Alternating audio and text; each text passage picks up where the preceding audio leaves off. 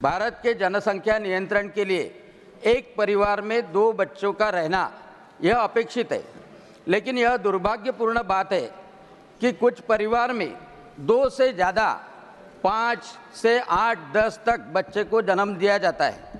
उसके लिए कोई योजना में प्रति व्यक्ति 5 किलो अनाज दिया जाता है। 2 बच्चे रहे तो 10 ही किलो मिलेगा, लेकिन 8 बच्चे रहे तो हस्बैंड वाइफ और उनके 8 बच्चे ऐसा 50 किलो का अनाज दिया जाता है। माननीय doctor Anil Sukhdev Rai Bonde, demand to include twins under the 2 children policy of the Garib Kalyan Yojana and other government sponsored schemes. धन्यवाद आदरणीय उपसभापति महोदय।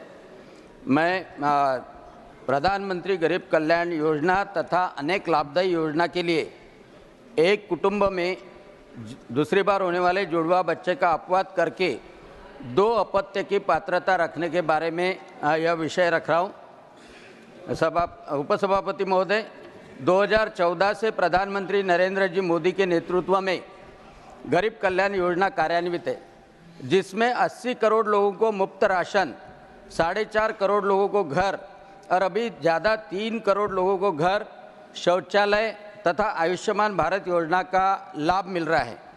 भारत की जनसंख्या दिन ब दिन उसमें बढ़ोतरी हो रही है।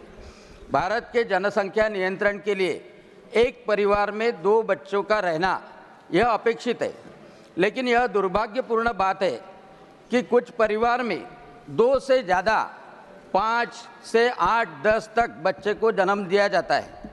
उसके लिए कोई बंधन नहीं माना जाता, ना तो जनसंख्या विस्तार का ख्याल रखा जाता है।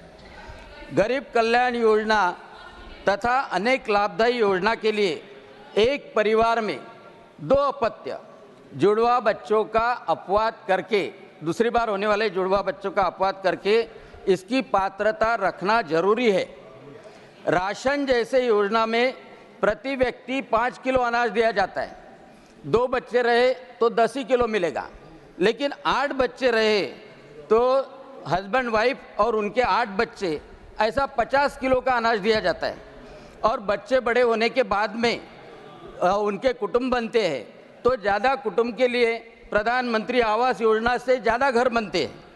यानी यह 2 अपत्य को जन्म देने वाले सर्वसाधारण गरीब कुटुंब के ऊपर अन्याय है। जो संविधान मानता है, जो कानून के अनुसार देश की भलाई के लिए 2 अपत्य को जन्म देता है, उसको कम लाभ मिलता है। इसलिए गरीब कल्याण योजना तथा अन्य लाभदायी योजना के लिए पात्रता के लिए 2 अपत्य के कुटुंब को ही पात्र किया जाना चाहिए, ताकि गरीब कल्याण के साथ में लोक संख्या नियंत्रण का कार्य देश के लिए हित के लिए होगा। इसलिए आपके माध्यम से मैं सभी सन्माननीय सदस्य को इसके बारे में समर्थन चाहता हूं, एसोसिएट करने की भी विनंती करता हूं। धन्यवाद।